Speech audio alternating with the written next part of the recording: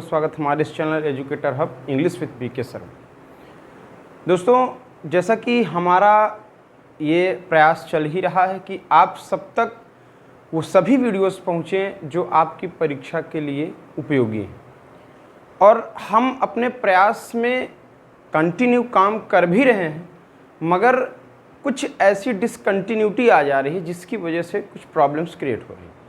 मगर अब जिस वजह से डिसकंटिन्यूटी आ रही थी, अब लगभग वो प्रॉब्लम सॉल्व हो गई है और अब आपको प्रॉपर वीडियोस भी मिलेंगे। तो दोस्तों, आज अगर हम आज के सेशन की बात करें तो आज का जो सेशन हमारा है वो थोड़ा सा हटके होगा, अलग होगा। क्यों? क्योंकि अभी तक हमने पार्ट्स ऑफ स्पीच के पार्ट्स पर जो भी जिक्र किया वो किया, प्लस हम लोगों ने कुछ वोकैब को भी उठाया, और उसके साथ साथ हम लोगों ने वोकैब के उन तमाम एस्पेक्ट्स पर बात किया जो हमारे परीक्षा के लिए मोस्ट इम्पॉर्टेंट है। तो दोस्तों, सीधी सी बात इतनी है कि जितने भी वीडियोस आपको मिल रहे हैं उन सभी वीडियोस पर काम करना, प्रैक्टिस करना और भी तमाम सारी गतिविधियों को मेंटेन रखना आपका काम है। हमारा काम इतना सा है कि मैं आपको वीडियोस दूं और वीडियोस देने के साथ साथ अपने उस लेक्चर को डिटेल में डिस्कस कर दूं। हमने डिस्कस किया, आपको जो जहां जिस तरह से भी समझना या समझाना चाह रहे हैं आप समझ लें, और समझकर आप परीक्षा की तैयारी करें। क्यों? क्योंकि आने वाले टाइम में वैकेंसीज काफ़ी ज़्यादा रिलीज़ होने वाली हैं, और सबसे बड़ी बात तो ये कि UPSSC ने एक नोटिस जारी किया है, उसमें उसने कहा है कि जितने भी एग्जामिनेशंस अब वो लेगी वो सारे एग्ज़ाम तब लेगी जब इसके पहले सारे एग्जामिनेशंस जो हुए उसमें क्लेरिफिकेशन करके पोस्टिंग दे देगी। आज की कल की ये अपडेट है, तो आप लोग एकदम तैयार हो जाइए, अपनी अपनी कमर कस लीजिए, और ताकि आपका ये आखिरी चांस होना चाहिए। इसके बाद आपको सिर्फ और सिर्फ एक पोस्टिंग मिलनी चाहिए। तैयारी ज़िंदगी भर करने का कोई मतलब नहीं है, 25 जगह कोचिंग करने का मतलब नहीं है, 25 बार पढ़ने का कोई मतलब नहीं है। मतलब सिर्फ इतना सा है कि आप लोग तैयारी कर अपने अपने मुकाम को हासिल करें। दोस्तों, छोटी सी एक बात कि 100 जगह गड्ढा खोदने से बेहतर है किसी एक जगह पे वो 100 जगह गड्ढा खोदने का पोटेंशियल लगा दो तो पानी पा जाओगे। उसी तरह से अगर आप 25 तरीके के एग्जामिनेशंस की तैयारी ना करके, 25 तरीके के पोस्ट को ना देख करके किसी एक पोस्ट पर कंसंट्रेट करके तैयारी करें तो आपको सफलता जरूर मिलेगी, अवश्य मिलेगी। दोस्तों, हम लोगों की जो भी आज तक की बातचीत रही वो हम लोगों ने पार्ट्स ऑफ स्पीच से रिलेटेड बात को कंप्लीट किया है। पार्ट्स ऑफ स्पीच से रिलेटेड जो भी आपको समस्याएं रही हों या दिक्कत हो आप पूछ सकते हैं, और उसके बाद हम लोगों ने वोकैब पर कुछ सेक्शन किया। अब जो पार्ट्स ऑफ स्पीच और वोकैब की जो हम लोगों ने डिस्कशन किया उस पर तो हम लोगों ने काम कर लिया। अब रही बात इसकी कि इसकी प्रैक्टिस, तो कुछ इसके प्रैक्टिस भी हमने कराए हैं। अब इसमें साथ साथ एक बात ये होगी कि अब आपकी जो प्रैक्टिस सेट चलेंगे, प्रैक्टिस शीट चलेंगी, आपके ऑनलाइन पेपर्स में कराऊंगा, तो वो जो सारी चीज़ें होंगी उस पर आपको बड़ा विशेष ध्यान देना पड़ेगा। दोस्तों, इसके साथ साथ अब हम आपको कुछ और भी नई चीज़ों से मिलाना चाहेंगे, जैसे जिसमें से आपका एक होता है क्लोज टेस्ट, पैराजंबल, ठीक है ना, और आपके कॉम्प्रिहेंशन।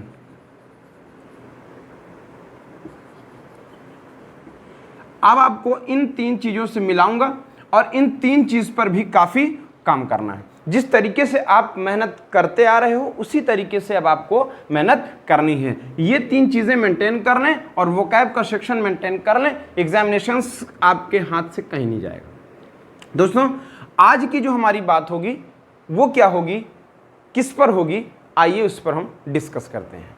तो दोस्तों, आपको परेशान नहीं होना, किसी भी तरीके की घबराहट, टेंशन, चिंता ये सारी चीज़ें नहीं लेनी है, ठीक है ना। आपको सिर्फ और सिर्फ मेरे द्वारा प्रोवाइड किए हुए कंटेंट पर काम करना है। तो आज की जो हमारी वीडियो होगी, आज का जो हमारा ये लेक्चर होगा वो कंप्लीटली डिपेंडेंट होगा किस पर, क्लोज टेस्ट पर। अब क्लोज टेस्ट की बात करें। क्लोज टेस्ट, क्लोज टेस्ट होता क्या है, इसका यूज कहां है और इसको किस तरह से सॉल्व किया जा सकता है, इसको किस तरह से सॉल्व किया जा सकता है। तो क्लोज टेस्ट की अगर हम बात करें तो हम किस तरह से इस पर काम कर सकते हैं। क्लोज टेस्ट, क्लोज टेस्ट होता क्या है दोस्त, आइए समझते हैं। दोस्तों सबसे पहली बात तो ये कि क्लोज टेस्ट एक ऐसी विधा, जैसे आप मान लो कि एग्जामिनेशन से आपसे क्लोज टेस्ट पूछता कैसे है, पैसेज दे देता है, ठीक है ना, पैसेज दे देगा और इन्हीं पैसेज के बीच में, इन्हीं पैसेज के बीच बीच में ब्लैंक स्पेस कर देगा और इन्हीं ब्लैंक स्पेस पर नंबरिंग कर देगा, नंबरिंग कर देगा और उसके बाद आपको यहां पर चार ऑप्शन दे देगा।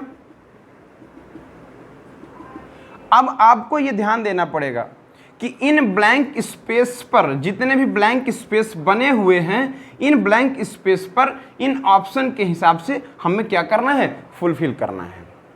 तो दोस्तों अगर हम इतनी सी बात समझ जाएं और इतनी सी बात को हमें समझ आ जाए तो हम क्लोज टेस्ट को आसानी से सॉल्व कर सकते हैं। दोस्तों सबसे पहली बात तो आपको ये जानना पड़ेगा कि क्लोज टेस्ट, कॉम्प्रिहेंशन, पैराजंबल, ये जो चीज़ें हैं, इन सभी कंटेंट को हमें सॉल्व करने के लिए दो तरीक़ों की बात का विशेष ध्यान देना पड़ता है। एक तो ग्रामेटिकल एरर और दूसरा वोकैब एरर, ठीक है ना, ग्रामेटिकल और वोकैब। तो ग्रामेटिकल और वोकैब एरर की अगर हम बात करें तो उन दोनों के एरर्स से संबंधित, उन दोनों से रिलेटेड काफ़ी आपको डीप नॉलेज होनी चाहिए। इसी तभी जा करके आप इन क्लोज टेस्ट और कॉम्प्रिहेंशन जैसे in critical topics, critical matters को आप सॉल्व कर पाओगे। देखिए दोस्त, सबसे पहली बात तो ये कॉम्प्रिहेंशन हो गया या क्लोज टेस्ट हो गया। मैंने क्लोज टेस्ट में आपको पैसेज लिख करके दे दिया, ठीक है। अब पैसेज लिख के दे दिया और मैंने 5 जगह पर हमने ब्लैंक कर दिया और 4 ऑप्शन दे दिया कि आपको ये फुलफिल करना है। अब कैसे आप फुलफिल कर लोगे, कर कैसे लोगे? अब आपको अगर आइडिया नहीं पता, टेक्निक्स नहीं पता, तरीका नहीं पता, तो आप कैसे फुलफिल कर लोगे? वही आज सारी चीज़ों पर हम डिस्कस करने वाले हैं और इन सभी चीज़ों पर डिस्कस करके हम क्लोज टेस्ट को बहुत ही आसान बना देंगे। तो दोस्तों आइए हम बात करते हैं क्लोज टेस्ट की। तो क्लोज टेस्ट क्या है, पहले इसकी एक छोटी सी डेफिनेशन जान लेते हैं। छोटी सी डेफिनेशन, इसकी छोटी सी डेफिनेशन ये है कि systematically removed word from a passage. क्या है, मैं लिख देता हूं, नोट डाउन भी कर लेना। सिस्टमैटिकली रिमूव्ड क्या, वर्ड, शब्द, वर्ड फ्रॉम पैसेज। कोई भी आपको एक लिखा पैसेज मिलेगा, कोई भी आपको एक लिखा हुआ पैसेज मिलेगा, लिखे हुए पैसेज पर हम क्या करेंगे कि ग्रामेटिकल वे में, सिस्टमैटिक ढंग से, यानी कि ग्रामेटिकल एक तरीके से, ये नहीं कि फर्जी कहीं से भी कुछ भी हम स्पेस कर दें और कर दें, ऐसा कुछ नहीं होगा, ऐसा कुछ भी बिल्कुल नहीं होगा। तो आपको कंप्लीटली करना क्या पड़ेगा कि ग्रामेटिकल वे की बात की जाएगी और ग्रामेटिकल वे के हिसाब से हम जो पैसेज लिखा हुआ मिलेगा उस पैसेज के बीच से ब्लैंक कर दिया जाएगा, कुछ शब्दों को हटा दिया जाएगा और उन शब्दों को हटाकर आपको स्पेस दे करके 4 ऑप्शन दे देंगे, 5 ऑप्शन दे देंगे और आपको उस पर क्या करना पड़ेगा, करेक्ट चूज करना पड़ेगा। अब अगर बात करते हैं तो सिस्टमैटिक ढंग की जो बात है, तो सिस्टमैटिक ढंग कैसे बनेगा दोस्त? सिस्टमैटिक ढंग बनेगा कैसे? अब इंग्लिश की बात कर रहे हैं, अगर मैथ की बात करेंगे तो सिस्टमैटिक मैथ में क्या होगा, फॉर्मूलाज होंगे, उसके पैटर्न होंगे, क्वेश्चन सॉल्व करने के तरीके होंगे, यही तो होगा ना सिस्टम। मैथ में क्वेश्चन सॉल्व करने के सिस्टम यही ना हुए। तो उसी तरीके से अगर हम इंग्लिश की बात करें तो इंग्लिश की अगर हम बात करते हैं तो इसका भी अपना सिस्टम है। अगर इसका अपना सिस्टम है तो 2 उन सिस्टम्स पर ये काम करता है, 2 उन सिस्टम्स पर काम करेगा। एक काम करेगा आपका ग्रामर पे, एक ग्रामर पे काम करेगा और एक क्या काम किस पे करेगा, वोकैब पर। अब देखिए, ग्रामर और वोकैब पर तो काम करेगा, बात सही है, कोई डाउट नहीं है, मगर ग्रामर के किन एस्पेक्ट्स पर ही काम करेगा, ग्रामर के कौन कौन से तरीकों में ये अप्लाई किया जाएगा, या कौन कौन से तरीके से, ग्रामर के कौन कौन से तरीके से हम क्लोज टेस्ट को सही कर सकते हैं, क्लोज टेस्ट को करेक्ट कर सकते हैं। तो अगर हम ग्रामर के तरीकों की बात करें तो ग्रामर में कभी कभी टेंस से रिलेटेड, टेंस से पूछ लेता है, कभी कभी आपसे पूछ लेता है प्रीपोजिशन से, प्रीपोजिशन से पूछ लेता है, कंजंक्शन से पूछ सकता है, ठीक है ना, कंजंक्शन से पूछ लेगा, कभी कभी आर्टिकल या फिर डिटर्मिनर से, डिटर्मिनर से पूछ लेगा। तो ये जो आपके 4 एस्पेक्ट्स हैं, ये 4 पर्टिकुलर तरीका है कहाँ से, ग्रामेटिकल वे से करेक्ट करने का, क्या, क्लोज टेस्ट। क्लोज टेस्ट को ग्रामेटिकल तरीके से सही करने के 4 तरीके हैं। इन 4 तरीकों में आपको सारे इन तरीकों में डिटेल नॉलेज होनी चाहिए, डिटेल नॉलेज होगी तभी आप इसे सॉल्व कर पाओगे।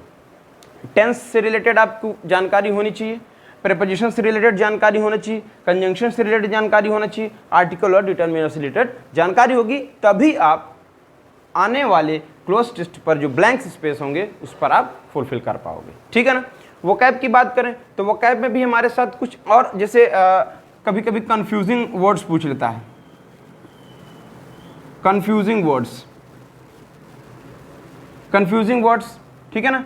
अगर और भी हैं तो जैसे पार्ट्स ऑफ स्पीच भी इसमें पूछता है, पार्ट्स ऑफ स्पीच भी पूछता है, ठीक है ना। अब पार्ट्स ऑफ स्पीच में काम क्या करता है, पार्ट्स ऑफ स्पीच में काम क्या करेगा दोस्त, देखिए, एक सेंटेंस और दूसरे सेंटेंस के बीच में ब्लैंक स्पेस दे दिया, ठीक है ना। अब जो ब्लैंक स्पेस दे दिया, इसका ये मतलब हुआ कि जो भी शब्द यहाँ लिखा जाएगा उस शब्द के पहले भी कुछ होगा और उस शब्द के बाद भी कुछ होगा। ध्यान से समझना, अगर एक सेंटेंस मैंने दिया, इस सेंटेंस के बीच में हमने ब्लैंक स्पेस कर दिया, तो ब्लैंक स्पेस रहेगा नहीं, क्योंकि ब्लैंक स्पेस रहेगा तो सेंटेंस हमारा कंप्लीट नहीं होगा। तो सेंटेंस कंप्लीट करने के लिए ब्लैंक स्पेस को हमें भरना पड़ेगा। अगर ये ब्लैंक स्पेस जो भरेगा तो इसके जस्ट पहले कोई ना कोई वर्ड तो यूज होगा और इसके जस्ट बाद कोई ना कोई जरूर वर्ड यूज होगा, हाँ या ना। तो ये जो वर्ड यूज होंगे इन दोनों वर्ड्स के बीच, या इसके और इसके बाद या इसके पहले जो भी शब्द यूज होंगे, हमें इसका पार्ट्स ऑफ स्पीच ध्यान देना पड़ेगा, तभी आप आगे के चीज़ों को सॉल्व कर पाओगे। अच्छा, अगली बात क्या है, जैसे कभी कभी पूछ लेता है कि मान लो इसके पहले नाउन दे दिया, ठीक है ना, इसके बाद नाउन दे दिया और यहाँ जो भी लिखा मिले आपको उसके हिसाब से अब आपको यहाँ पर फुलफिल करना है। तो 4 उन एस्पेक्ट्स की बात करता है। तो अगर नाउन दे दिया, अब मेरी बात समझिएगा, ध्यान से समझिएगा, अगर ब्लैंक स्पेस के जस्ट बाद नाउन दे दिया तो हम प्रायोरिटी देंगे किसको, पार्ट्स ऑफ स्पीच में किस पार्ट्स ऑफ स्पीच को प्रायोरिटी देंगे, ये बड़ा विशेष ध्यान देना है आपको। अगर नाउन दे दिया तो आपके पास 4 ऑप्शन आए, नाउन, दूसरा आपके पास ऑप्शन आता है मान लीजिए वर्ब, तीसरा ऑप्शन आता है आपके पास एडजेक्टिव या एडवर्ब, चौथा ऑप्शन आता है आपके पास एडवर्ब। 4 ऑप्शन आपके पास लिखा मिले, ये 4 ऑप्शन लिखा मिले, यहां से मिटा देते हैं थोड़ा सा। मान लीजिए 4 ऑप्शन मिलता है, क्या क्या मिलता है भैया, मिलता है आपको नाउन, दूसरे नंबर पर मिलता है आपको वर्ब, तीसरे नंबर पर आपको मिलता है एडवर्ब, और आपको मान के चलिए कि एडवर्ब एंड एडजेक्टिव मिलता है, ठीक है ना, ये एडजेक्टिव मिलता है। अब यहां पर ध्यान ये देना होगा, अगर ऐसी कंडीशन बनेगी, कैसी, इस तरह की अगर कंडीशन बनती है, अगर ये कंडीशन बनती है तो यहां पर लिखे 4 ऑप्शन को ध्यान से देखिएगा कि अगर ब्लैंक स्पेस के जस्ट बाद यानी कि दूसरे पार्ट में अगर नाउन लिखा हुआ मिल जाए तो आपको प्रायोरिटी देना है एडजेक्टिव को, प्रायोरिटी देना है एडजेक्टिव को। अच्छा, प्रायोरिटी देना एडजेक्टिव को है। आपको ये सब पता भी है, मैंने पार्ट्स ऑफ स्पीच में बताया भी है कि नाउन, प्रोनाउन, वर्ब, इसके पहले इसके बाद कौन कौन से पार्ट्स ऑफ स्पीच को हम प्रायोरिटी देंगे, सारी चीज़ें मैंने बताया है। इन सभी चीज़ों का अगर नहीं आपको समझ में आ रहा है तो आप जा करके हमारी पिछली वीडियोज़ में देख लेना और देख करके समझ लेना, ना समझ में आए तब मेरे से पूछ लेना। तो हम सबसे पहली प्रायोरिटी देंगे एडजेक्टिव को। अब एडजेक्टिव को देने के बाद देखिए, पहली बात तो ये कि एडवर्ब तो कभी होना नहीं है, असंभव है, ठीक है ना। एडवर्ब तो कभी होना ही नहीं है क्योंकि नाउन की बात कर रहा है, ठीक है ना। नाउन की बात कर रहा है तो एडवर्ब का सवाल ही पैदा नहीं होता।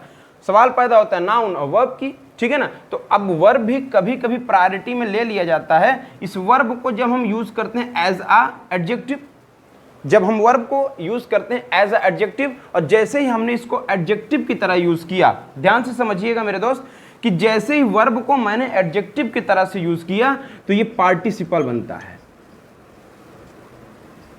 क्या बनता है? पार्टिसिपल बनता है। और जब ये पार्टिसिपल बन जाता है तो आप लोगों को पता होगा कि पार्टिसिपल 3 भाग में होते हैं। आपका एक होता है प्रेजेंट, पास्ट और परफेक्ट, ठीक है ना। तो 3 तरीके के पार्टिसिपल जिसकी आपको ये बात समझनी पड़ती है। नाउन भी बन ही जाता है, ठीक है ना, नाउन भी बन ही जाता है, ठीक। इतनी बात समझ में आई दोस्तों। अगर इसमें कोई दिक्कत हो, और अगर इसके बाद अगर देखें तो एक और है जिसको हम कहते हैं होमोफोन्स। अच्छा, होमोफोन्स का मतलब हुआ दोस्त, होमो का मतलब हुआ सिमिलर,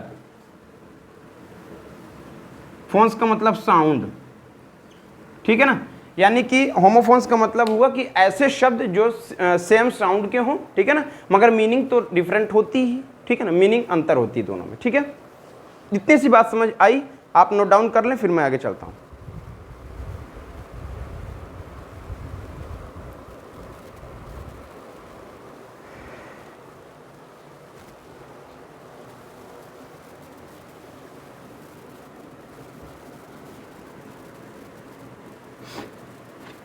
दोस्तों परेशान ना हो, एक एक बात, एक एक क्वेश्चन आपका सॉल्व हो जाएगा। बस आप दिए हुए कंटेंट पर विशेष ध्यान दें और समझने की कोशिश करिए, ठीक। आइए, कुछ एग्जामिनेशंस में आए हुए क्लोज टेस्ट थे जिनकी कुछ लाइनों को लेते हैं, ठीक है। एक लंबा लिखना पड़ेगा, काफ़ी टाइम भी खराब होगा, वो मैं आपको डिजिटली बताऊंगा, ठीक है ना। डिजिटली मैं आपको सॉल्व करा दूंगा, मगर अभी यहाँ पर मैं एक लाइन लेता हूँ, एक स्पेस की इधर उधर की बातें, ठीक है। जैसे मैंने कहा ए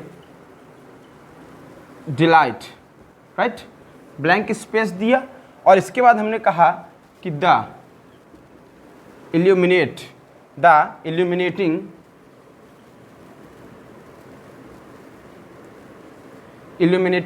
व्हाट थॉट्स। हमने लिखा कि a delight the illuminating thoughts. अब इस तरीके से क्लोज टेस्ट की एक लंबी लाइन आपके पास होगी। अभी तो फिलहाल मैंने उस लाइन का एक हिस्सा उठाया है, ठीक है ना। अब एक हिस्सा उठाने का रीज़न है, एक लंबा सा पैसेज मुझे लिखना पड़ेगा जिससे टाइम खराब होगा, ठीक है ना। मैं डिस्कस करूंगा उसको भी, परेशान आप बिल्कुल ना हो, ठीक है ना। A delight blank space the illuminating thoughts. अब यहां पर हमें बात क्या करनी है, 4 ऑप्शन आपके पास होंगे। कैसे कैसे 4 ऑप्शन होंगे? एक होगा आपका डिस्कवर,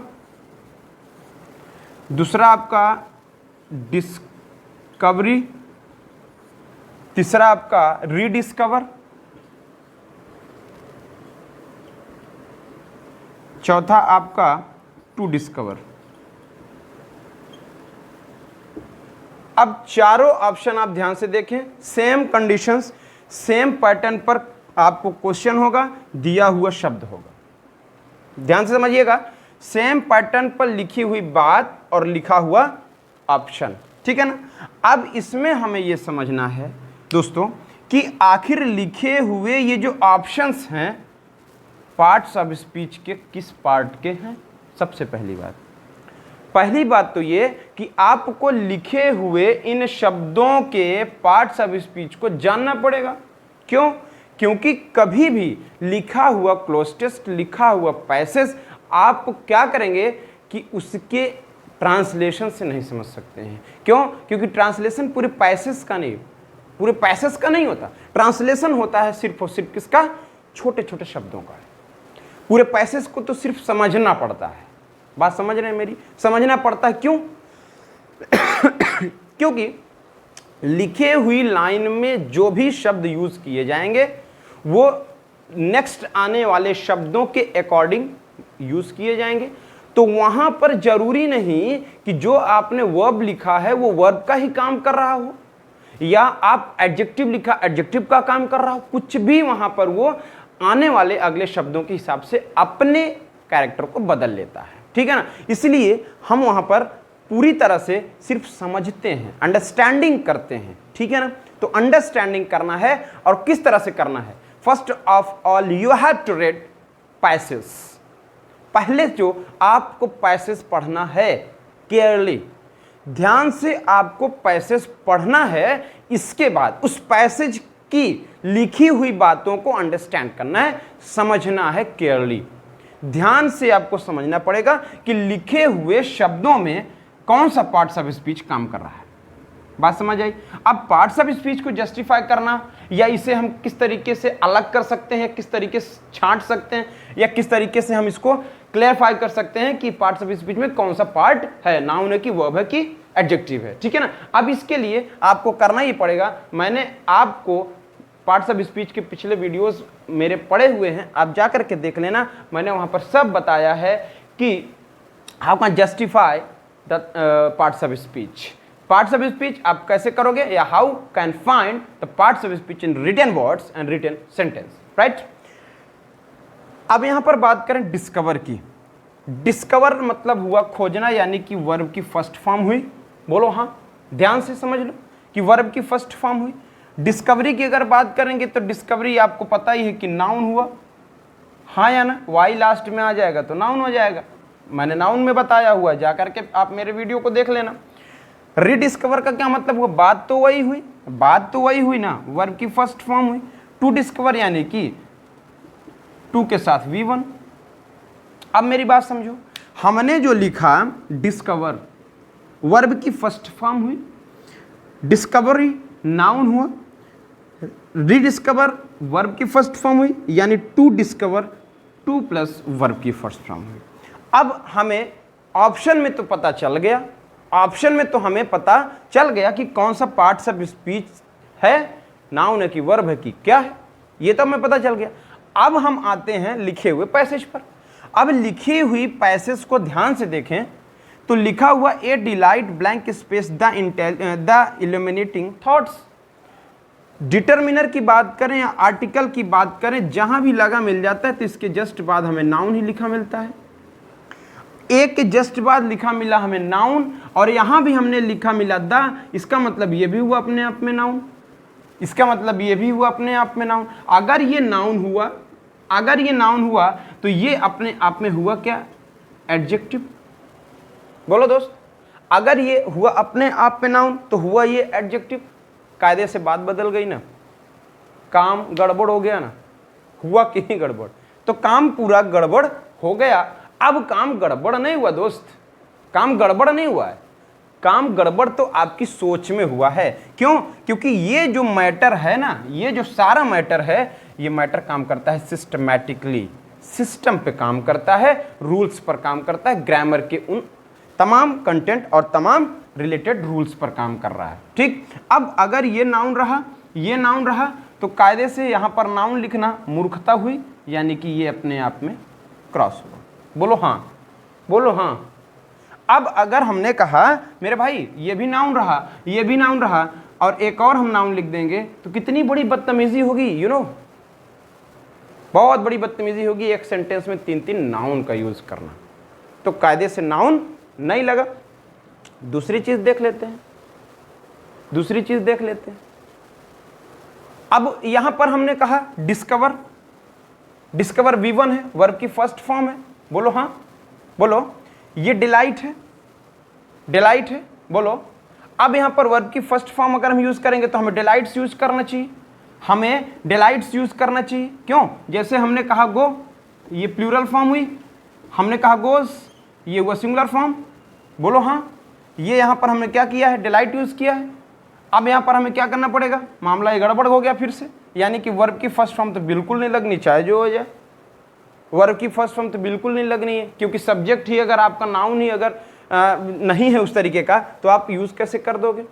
अब आपको नाउन को आपको सिंगुलर या प्लूरल ऐसी कंडीशन होगी तब तो आप ऐसा काम करोगे, बोलो हाँ। अब द ए डिलाइट आ गया और इसके बाद हमारे पास बचता क्या है, कायदे से आप लोग आंसर टिक कर सकते हो, कोई दिक्कत नहीं। यानी कि हम यहां पर लिख देंगे टू डिस्कवर, इतनी सी बात है दोस्तों। जितना ही ये हार्ड है उतना ही जब आप करने लगोगे तो इंटरेस्ट आने लगा और मजा आने लगेगा इसको करने में। तो दोस्तों बात आपको इतनी समझनी है कि इन सब चीजों पर इन ये ऐसे यानी कि क्लोज टेस्ट या पैराजम्बल या फिर आप कॉम्प्रिहेंशन की बात करेंगे तो कॉम्प्रिहेंशन में first of all you have to maintain your reading skill, then you have to maintain your understanding. आपको कंप्लीटली ये ध्यान देना पड़ेगा कि बहुत ध्यान से सबसे पहले तो आप दिया हुआ पैसेज पढ़ो और पढ़ने के बाद पैसेज पर लिखी बात को समझने की कोशिश करो। समझना कैसे है, दो तरीके से, एक तो ग्रामेटिकल वे में समझना है, दूसरा वोकैबुलरी पर समझना है। यानी कि ग्रामेटिकल वे पे आपको कौन कौन सी बात समझनी है भैया, एक बार फिर से मेरे साथ रिपीट करो। टेंस पर समझना है, प्रीपोजिशंस पर समझना है, कंजंक्शंस पर समझना है और आर्टिकल या डिटर्मिनर्स पर समझना है। कौन कौन सा था, टेंस, प्रीपोजिशन, कंजंक्शन और आर्टिकल या फिर डिटर्मिनर्स, ये हमारा ग्रामेटिकल वे हुआ। और वोकैबुलरी पे क्या समझना है, होमोफोन्स पर समझना है, एक साउंड एक जैसे साउंड वाले जो शब्द होते हैं मीनिंग तो डिफरेंट होती है मगर एक साउंड होते हैं उनको समझना है। दूसरा में समझना पड़ेगा क्या, पार्ट्स ऑफ स्पीच, हाँ या ना। और तीसरा आपको एक जो लास्ट चीज समझना पड़ेगा वो होगा क्या, कंफ्यूजिंग वर्ड, जो ऐसे शब्द जो आपको कंफ्यूज करते हैं, ठीक है ना। तो दोस्तों कुल मिलाकर के बात इतनी सी है कि जब भी आप क्लोज टेस्ट की बात करो तो क्लोज टेस्ट पर आपको पैसेज पढ़ना पड़ेगा।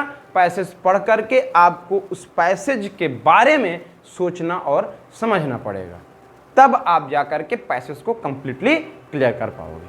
तो दोस्तों ये जो मेरी बात है इसको बढ़िया से समझ लें और समझ करके काम करें, बाकी मैं प्रैक्टिस कराऊंगा, ठीक है। आज के लिए इतना ही, धन्यवाद।